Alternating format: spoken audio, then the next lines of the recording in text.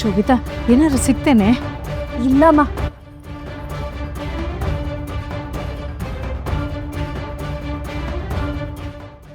ಸರಿ, ಆ ಬ್ಯಾಗಲ್ಲಿ ಹುಡ್ಕು. ಚಂಚಲ, ಬೇಡ ಕಣೆ, ಸುಮ್ಮನೆ ಟೈಮ್ ವೇಸ್ಟ್ ಮಾಡ್ತಾ ಇದೀಯಾ. ದೇವಕಿ ರೂಮಲ್ಲಿ ಇನ್ನೊಂದ್ಸಲ ಚೆಕ್ ಮಾಡೋಣ, ಅಲ್ಲೇ ಸಿಗತ್ತೆ. ಅತ್ತೆ, ದೇವಕಿ ರೂಮ್ನ 4 ಸರಿ ಚೆಕ್ ಮಾಡಿದೀವಿ, ಸಿಗ್ಲೇ ಇಲ್ಲ. ಶೋಭಿ, ಆ ಬ್ಯಾಗ್ ಹುಡ್ಕೆ, ಸರಿಯಾಗಿ ಹುಡ್ಕು.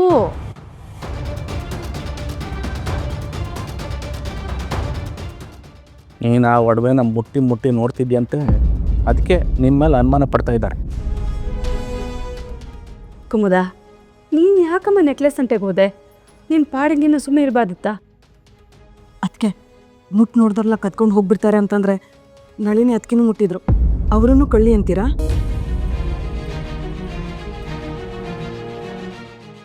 ಕುಮುದ, ನಾನು ಯಾಕೆ ಕಳ್ಳಿ ಆಗ್ತೀನಿ?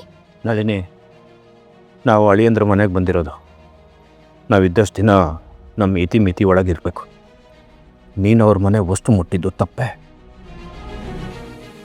ನಿಮ್ದೊಳ್ಳೆ ಕತೆ ಆಯ್ತ್ರಿ. ನಾನೇನೋ ಒಡವೆಗೆ ಆಸೆ ಪಟ್ಟು ಕದ್ದಿದ್ದೀನಿ ಅನ್ನೋ ಥರ ಮಾತಾಡ್ತಿದ್ದೀರಲ್ಲ. ಅವ್ರ ಬ್ಯಾಗ್ ಚೆಕ್ ಮಾಡೋದಲ್ಲ, ನೀವು ಒಬ್ಬರೇ ಸಾಕು ನನ್ನ ಕಳ್ಳಿ ಪಟ್ಟ ಕಟ್ಟೋದಕ್ಕೆ. ಬೋಳ್ ಕತ್ತಲ್ಲಿ ಬೇಕಾದ್ರೆ ಇದ್ದು ಬಿಡ್ತೀನಿ ನಾನು, ಆದರೆ ಕಂಡೋರ್ ಒಡವೆಗೆ ಆಸೆ ಪಡಲ್ಲ. ನಳಿನಿ, ಕುಮುದ, ನೀವೇ ಕದ್ದಿರೋದು ಅಂತ ಇಲ್ಲಿ ಯಾರೂ ಆರೋಪ ಮಾಡ್ತಿಲ್ಲ ಅಮ್ಮ. ನೋಡಿ, ದಯವಿಟ್ಟು ನೀವು ಯಾರೂ ತಪ್ಪು ತಿಳ್ಕೊಬೇಡಿ. ನಿಮ್ಮ ಬ್ಯಾಗ್ಗಳು ಅಷ್ಟೇ ಅಲ್ಲ, ನಮ್ಮ ಬ್ಯಾಗ್ಗಳು, ನಮ್ಮ ಕಬೋರ್ಡ್ಗಳು ಪ್ರತಿಯೊಂದನ್ನು ಚೆಕ್ ಮಾಡ್ತೀವಿ, ಆಯ್ತಾ?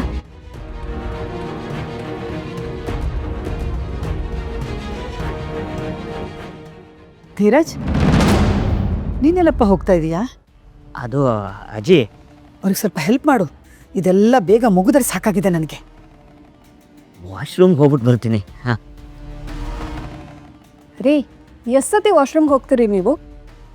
ಅದು ಹಾಗಲ್ಲ ಗಣೇಶೋಬಿ, ಈ ಬಟ್ಟೆಯಿಂದ ಮೈಯೆಲ್ಲ ಒಂಥರ ಆಗ್ತಾಯಿದೆ, ಡ್ರೆಸ್ ಚೇಂಜ್ ಮಾಡ್ಕೊಂಡು ಬಂದ್ಬಿಡ್ತೀನಿ. ಶೋಭಿ, ಹೋಗ್ಲಿ ಬಿಡಮ್ಮ, ಬೇಗ ಬಾಪ್ಪ.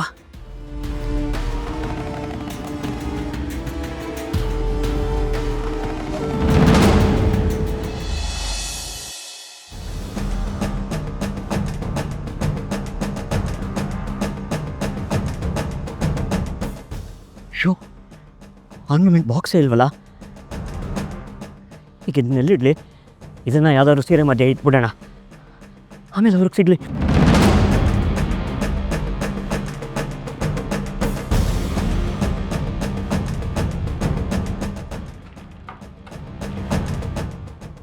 ಅಪ್ಪ, ಬೀಸೋ ದೊಣ್ಣೆಯಿಂದ ತಪ್ಪಿಸ್ಕೊಂಡೆ.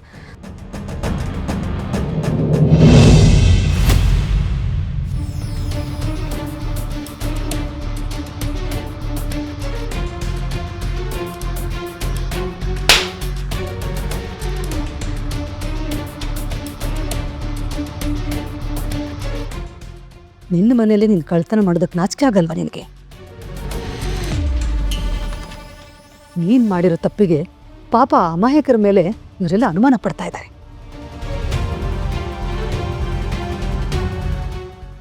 ಈ ಮನೇಲಿ ನಿನಗೇನಾದರೂ ಕಡಿಮೆ ಮಾಡಿದ್ವಾ? ಕಾಣಿಸ್ಕೋಬೇಡ, ಹೋಗಿಲ್ಲಿಂದ.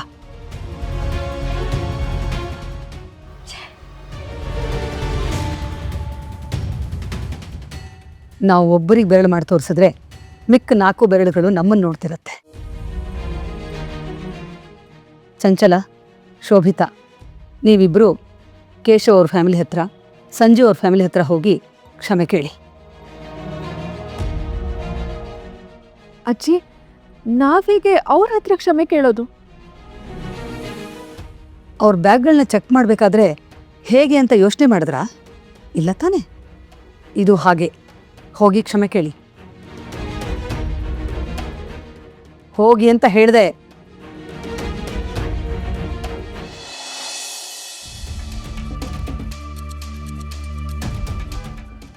ಅಣ್ಣ, ಮನೆಗೆ ಫೋನ್ ಮಾಡಬೇಕು, ಫೋನ್ ಕೊಡ್ತೀರಾ?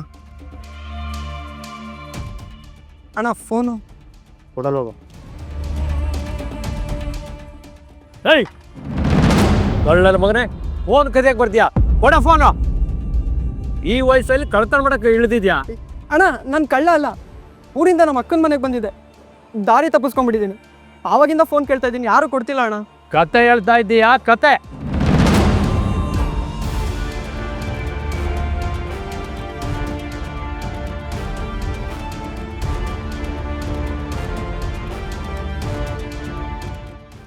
ಸರ್ ಒಂದು ನಿಮಿಷ ಟೆನ್ಷನ್ ಮಾಡ್ಕೋಬೇಡಿ.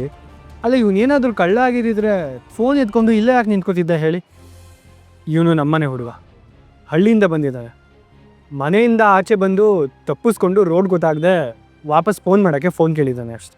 ಇಂಥ ಕತೆ ಹೇಳಿ ಕದ್ದೋರೆ ಜಾಸ್ತಿ ಅದಾವ್ರೆ. ಬುದ್ಧಿ ಇಲ್ವೇನೋ ನಿನಗೆ? ಬಾವ, ಯಾವುದೋ ಕಳ್ಳ ನನ್ನ ಕಾಸೆಲ್ಲ ಕತ್ಕೊಂಡು ಹೋಗ್ಬಿಟ್ಟ ಬಾವ. ಅವ್ನು ಹಿಡಿಯೋಕ್ಕೋಗಿ ನಾನು ದಾರಿ ತಪ್ಪಿಸ್ಕೊಂಬಿಟ್ಟೆ. ಫೋನ್ ಮಾಡೋಣ ಅಂತ ಕೇಳಿದೆ, ಯಾರೂ ಫೋನ್ ಕೊಡಲಿಲ್ಲ. ಸರಿ ಆಯ್ತು, ಬಾ ಮನೆಗೆ ಹೋಗೋದು. ಬಾವ, ತುಂಬ ಹೊಟ್ಟೆ ಹಸಿತಿದೆ, ಒಂದು ಇಡ್ಲಿ ಕೊಡಿಸ್ತೀರಾ?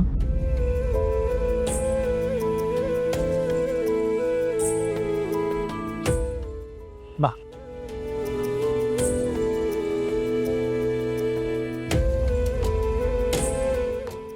ತಗೋ ತಿನ್ನು.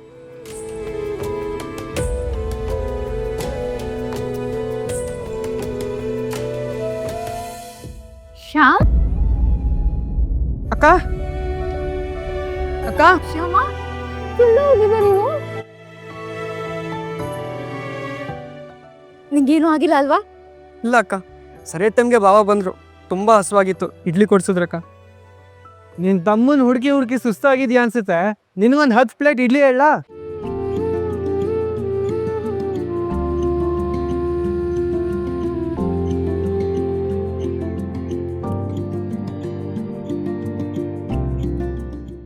ಥ್ಯಾಂಕ್ಸ್ ಆದಿ. ಸಾರಿ ಅಕ್ಕ, ನನ್ನಿಂದ ನಿಮಗೆಲ್ಲ ಗಾಬರಿ ಆಯಿತು ಅನ್ಸುತ್ತೆ. ಪರವಾಗಿಲ್ಲ ಕಣೋ, ಬಾ ನೀನು ಆರಾಮಾಗಿ ತಿಂಡಿ ತಿನ್ನು.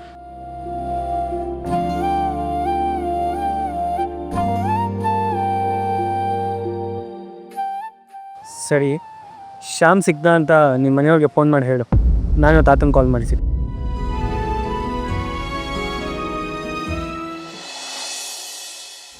ಆಯ್ತಾ? ಇನ್ನೂ ಏನಾದರೂ ಚೆಕ್ ಮಾಡೋದಿದೆಯಾ? ನಳಿನಿ, ಬ್ಯಾಗೆಲ್ಲ ತೊಗೊಂಡು ಹೋಗಿ ರೂಮಲ್ಲಿ ಇಟ್ಬಿಡಿ. ಕಳೆದು ಹೋಗಿರೋ ನೆಕ್ಲೆಸ್ಸು ಸಿಕ್ಕಿದೆ. ಇಲ್ಲ ಅಮ್ಮವ್ರೆ, ಇಷ್ಟೆಲ್ಲ ಆದ್ಮೇಲೂ ನಾವು ಇಲ್ಲಿದ್ರೆ ತಪ್ಪಾಗುತ್ತೆ.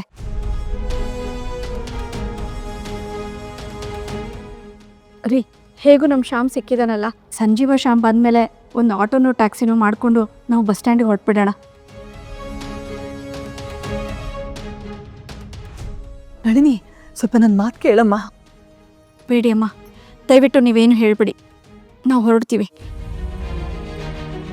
ಓ